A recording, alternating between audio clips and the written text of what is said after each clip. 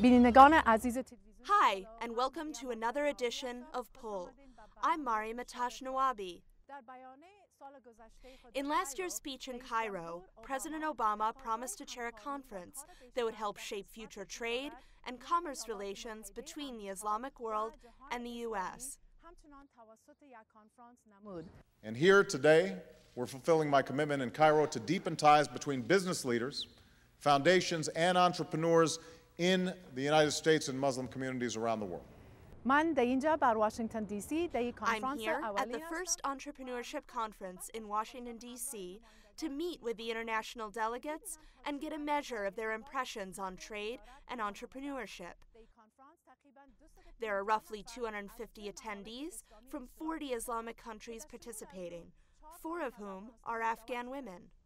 Now, I know some have asked, given all the security and political and social challenges we face, why a summit on entrepreneurship?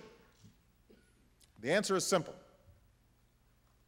Entrepreneurship, because you told us that this was an area where we can learn from each other, where America can share our experience as a society that empowers the inventor and the innovator, where men and women can take a chance on a dream, taking an idea that starts around a kitchen table or in a garage and turning it into a new business and even new industries that can change the world. Delegates came from across the Muslim world to share their business ideas and to learn from fellow entrepreneurs. My name is Alhan Muhammad Shama. I'm coming from Somaliland, and I'm here representing my own companies, or business, you call it. I have a school that's more like a social entrepreneur. I'm not making any money. It's called Dayha Primary. It's in the eastern part of Somaliland.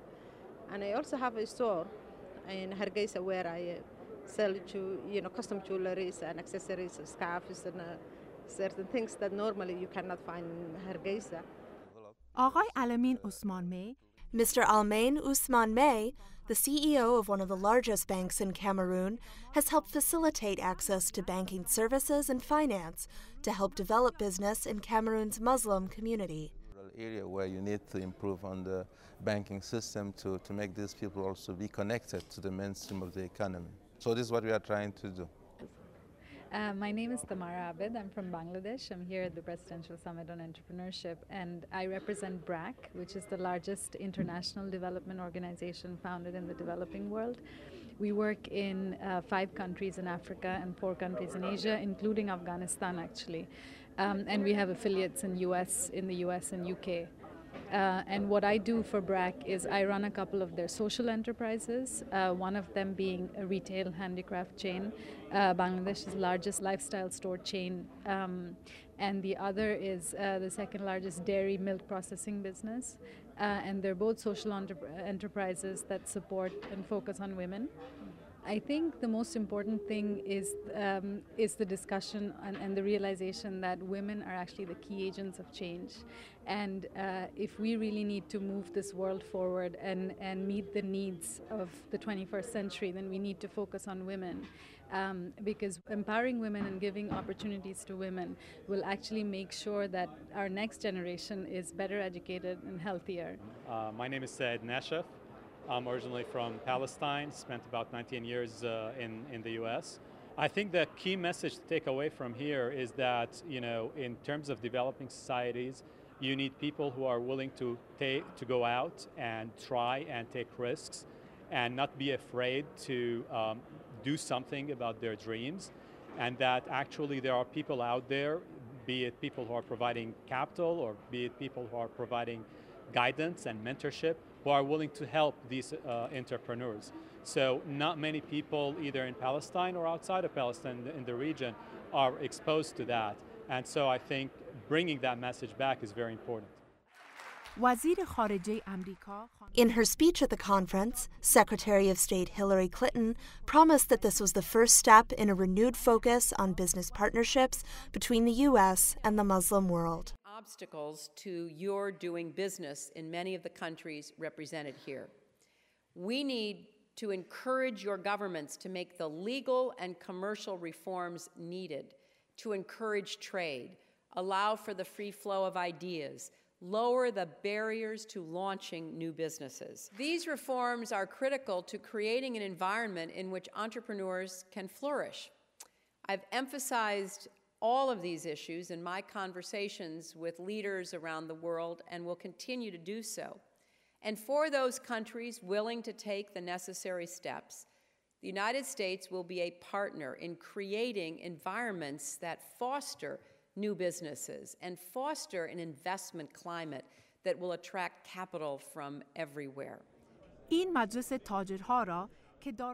The summit brought together a culturally, ethnically, and financially diverse group of businessmen and women from over 40 Muslim countries and all walks of life. But the messages they took away were universal. Entrepreneurship is not a matter of where you are, it's a matter of mindset, it's a matter of how you address things, and it starts with an idea, ambition, and self-confidence. If you have it, you are prepared to go into a long journey in terms of entrepreneurship. So to say it will be probably different from context to context because of the environment, but the major ingredients are the same everywhere. I think the one most important thing that I would like to share is that everybody starts with a first step. So it's really important, especially in difficult circumstances, to start, but also to kind of set your goals, not too high, that these steps need to be small, but also to be persistent. So if you fail, make sure that you understand and that you realize that failure is only one step closer to success.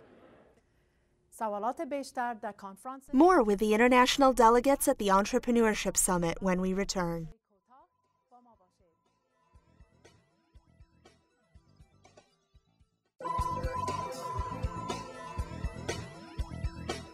Daler Jumayev, who directs the only private power company in Tajikistan. It used to provide just 12 hours of electricity a day, but thanks to his leadership, homes there now have power nearly around the clock. As these and so many other stories represented by all of you show, entrepreneurs create jobs, deliver services, help new industries get off the ground. Back with more of President Obama's Entrepreneurship Conference from Washington, D.C. Okay, my name is Daler Jumayev, and I'm CEO of the power utility company called Pamir Energy Company, based in East Tajikistan, Badakhshani-Kohi. We generate, transmit, and distributing the power. And I'm pleased to say that in 2008 we commissioned our social projects of exporting power to Afghanistan. To 500 households, and now thanks to the donor funds, we are extending the distribution network in Afghanistan, so another 5 villages will come in. As an entrepreneur who helped start this power company, how are you seeing electricity change villages? It's amazing. I'm just giving you again an example of Afghanistan. I recall when I went there in 2007, and there was not many things were happening. And just after 1 year, when we connected the village to our grid, and after 1 year, guess what? There already the computer classes. There were already several workshops. People paid a very much high cost for the woods, for the cooking, for the heating, and even for the lighting. And we made the calculation of it cost them about $100 a month in order to use, fuel for the lighting, for the heating, and for the cooking. And thanks to electricity, such expenses reduced by 4 or 5 times. And going to the issue of providing power to people, a lot of countries, the government is doing it, but now in Tajikistan and even in Afghanistan, there's a realization that the private sector needs to also be a partner and provide this. This takes a lot of money and capital. How was your company, though, able to start a company like this? In 2002, Aga Khan Fund for Economical Development and International Finance Corporation established this company, and so just giving a perspective of before Pamir Energy, the regions, there was only 12 hours power supply per day for only the one city of Gorno-Badakhshan, and there was no power in the regions.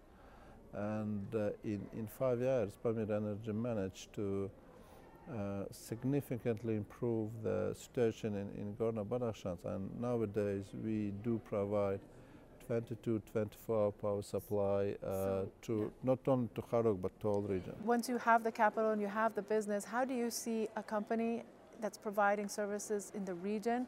How is it able to connect people in different countries and really help bring cooperation? Again, absolutely. I think if a couple of years ago, if somebody said that, oh, you know, in Gorno-Badakhshan, in Badakhshan-e-Kui, you can export power to Afghanistan, somebody said that, come on, we don't have power enough. How are we going to export the power to it? And this is what Pamir Energy did. We connected over 500 households on Afghanistan to our grid. So talking about the entrepreneurship, before running the business in Badakhshan was very difficult in the sense that you could rely on power only several months a year in summertime, so you could not make a business in wintertime.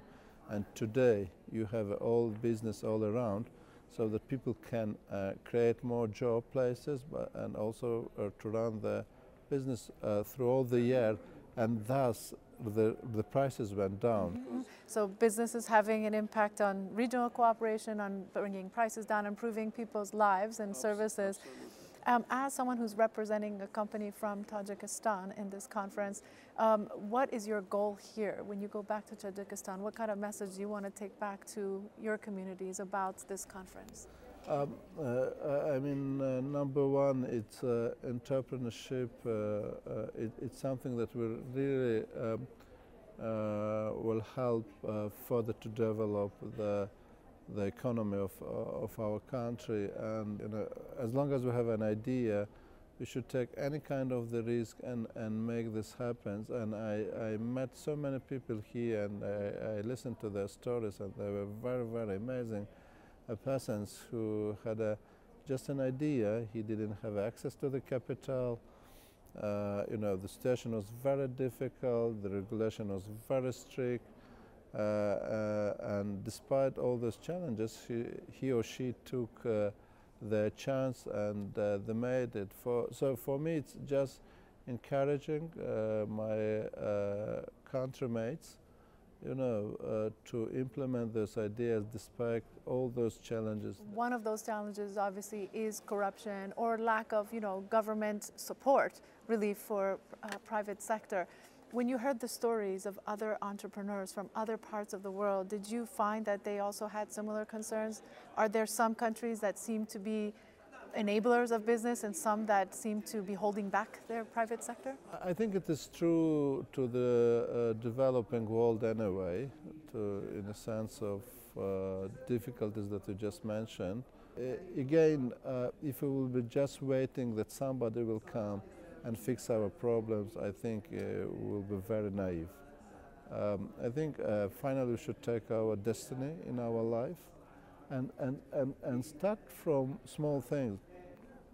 You know, sometimes we want something quick and something big, and it should happen tomorrow.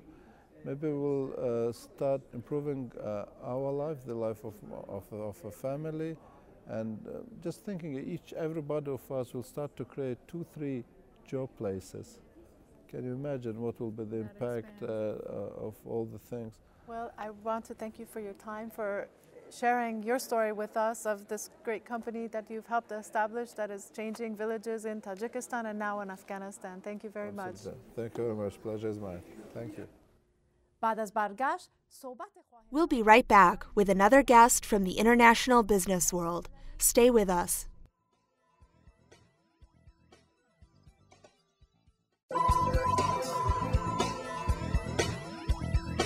Dr. John Sullivan,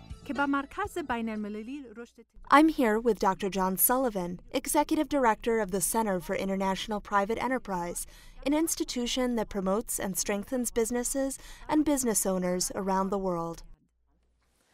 Dr. Sullivan, thank you for joining us today. Well, it's a great pleasure to be with you. Is it possible for businesses to become successful in a post-conflict country like Afghanistan, where there's been 30 years of war and rule of law still being strengthened? Yes, it is, and that's the really good news. We've just been doing a survey in Afghanistan of business attitudes, and the amount of optimism, and it wasn't just in Kabul, we did it in 6 cities, the amount of optimism really encouraged me. And the survey that SAIP did of Afghan business owners, Right. What were the major findings? Rule of law on contracts and property rights, that's one of the big ones. Another one was security, of course. Nobody should be surprised about that. Transportation was another concern. And, I'm sorry to have to say it, but we've all been reading about it in the papers, corruption was an issue for them. And did they mention anything that's improved over the last few years? Well, the economic growth. Afghanistan has actually had very strong economic growth over the last several years. And this is the reason that they're investing, hiring people, and planning the expansion of their firms. And SAIP obviously does work around the world. What role do you see entrepreneurs playing in the larger scheme of development? Entrepreneurs are the lifeblood of development.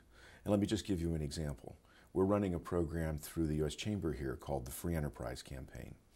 And one of the things that we found in working with a very famous think tank here in the United States called the Kauffman Foundation is that entrepreneurs, businesses that are 1 to 5 years old, started almost all the net new jobs for the last 5 years. So if you don't have entrepreneurs, the only kind of job growth you can get is government, and that's not good because it's not sustainable. How, in a post-conflict country where it's transitioning, you know, from an informal economy to a formal economy, what are the, you know, things that entrepreneurs can do to succeed when you have this kind of transition? Well, frequently entrepreneurs are very gifted at finding ways of substituting. I'll never forget my first trip to Afghanistan was late 2002. And like every other tourist, I'm no different than anybody else, I was staying at the Intercon and they had a rug show. So I wanted to buy some rugs.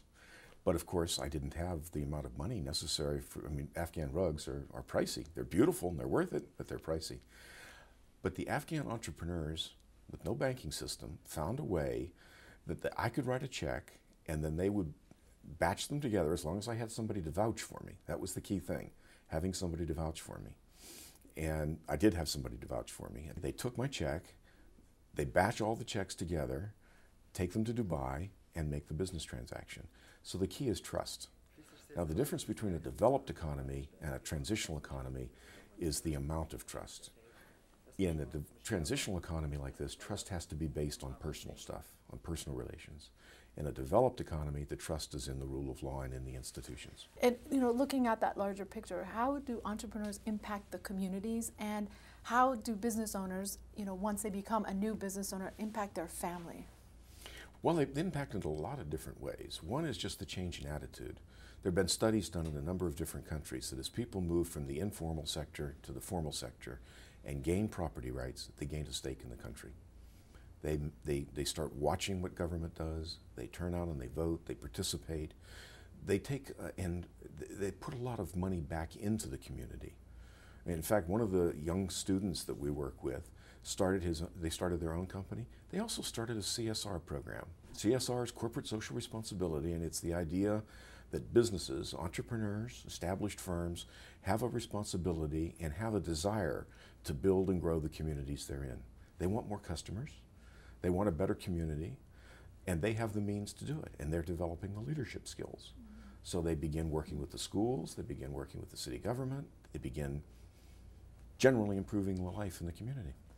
And obviously with entrepreneurs, they need some capital to start their business. You know, who are some of the investors that are behind some of these entrepreneurs? And if someone wanted to start a business, where should they be looking to kind of access that kind of capital? Well, entrepreneurs all over the world always have a hard time with the banking system. That's true in the United States, it's true in Afghanistan. Obviously, it's a lot easier to find capital in the United States because you own a home, and many entrepreneurs in the U.S. borrow against their home and to start up, or they'll borrow from their parents, or they'll form a small network of close friends and family. But that's what they do in Afghanistan as well, with the exception of borrowing against their home, obviously. They're getting money from personal savings, from friends and family. They start with a small amount of money, and then in an Afghan environment of 17% growth last year, you can, through retained earnings and profits, begin to build your company. Can you tell us more about what SAIP has done overall in the country? Well, my personal favorite program, just because I think it's having such an impact on the young people, is called Tashbos, which I'm told means entrepreneur. And it is a program for 10th, 11th, and 12th grade students. Right now we have, this year, 33,000 young people taking these classes on what is the entrepreneurial attitude, what is it you need to do survey your market, figure out what kind of products can sell, build a business plan, and then begin selling and marketing your products. What has been the feedback so far from students who have been in the program? My personal favorite is a story by a young student named Eltaf, I believe, if I'm pronouncing that correctly. He and some of his friends spotted a problem. And this is the beginning, this is the magic of entrepreneurship. Entrepreneurs turn problems into opportunities. And they spotted a problem, which is that there are very few people that could speak English and had computer skills. So there was a skill shortage. And they were taking the Tashbos program. They said, look, let's turn this problem into an opportunity. Let's start a training program. Let's start an English language computer literacy program for students. They did. And they're now expanding it into 3 additional locations. And this is the group I've mentioned of young people that have decided to give back as well. And for the students that can't afford it at all, they offer some scholarships. So this was a high school student who started their own business program. And I understand there's been a business plan writing contest. Can you tell us more about that contest? Well, the contest really is designed, competition is the lifeblood of entrepreneurship, and it's the heart of a market economy. So if you offer some prizes, some extra support for the firms, it's amazing how the students can rise to the occasion. And all kinds of different business plans have been put forth. A number of them have been turned into actual firms, ranging from poultry farming to young women making jewelry products in their homes and then selling them. And we even have had fairs opened up inside the schools where the students can compete with the kind of products that they offer. And going through this program, what do you think some of the key skills are that these young entrepreneurs learn? Well, one of the skills, and it came out very clearly in the interviews, is going from the attitude of, I can't do this, or it's impossible, there's no way we can get this done, to I can do it, I can see how I can get this done. So even perhaps more than skills, it's a question of outlook. It's a question of seeing the possibilities where other people don't see them.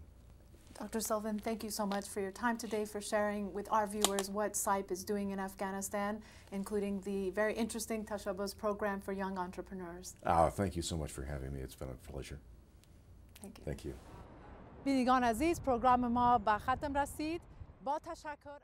We've reached the end of our show. My thanks to John Sullivan, Executive Director of the Center for International Private Enterprise. We'd love to hear what you think about this or any previous episode of Pull. You can contact us on our website at www.aamtv.tv or www.tolo.tv. Thanks again, and see you on the next edition of Pull.